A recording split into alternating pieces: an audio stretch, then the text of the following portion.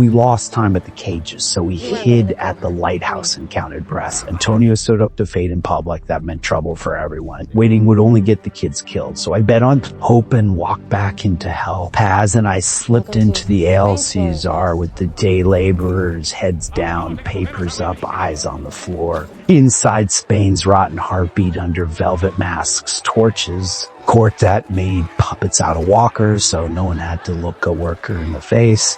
The king preened, the girls were paraded like contraband, and the room smelled like smoke. That hadn't started yet.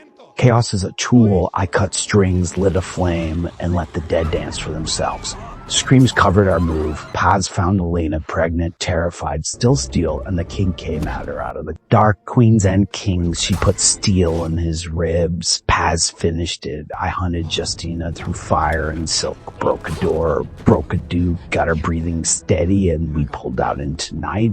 At dawn, we split the map. Paz would get the kids to Barcelona, safe as the roads allow. Back at the coast, Carol had run the gauntlet for Roberto. Fate tried to hang truth in the square and feed lies to his people, chained a boy to corpses, and opened the pens. I cut in from the roof lines, bullets, met stone. The crowd watched which way the wind would lie. The girl stepped through the walkers and didn't die. The town learned who'd been lying to them. We cut Roberto loose.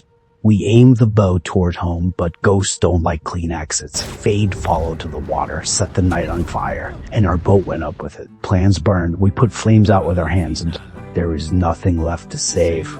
Another road, then.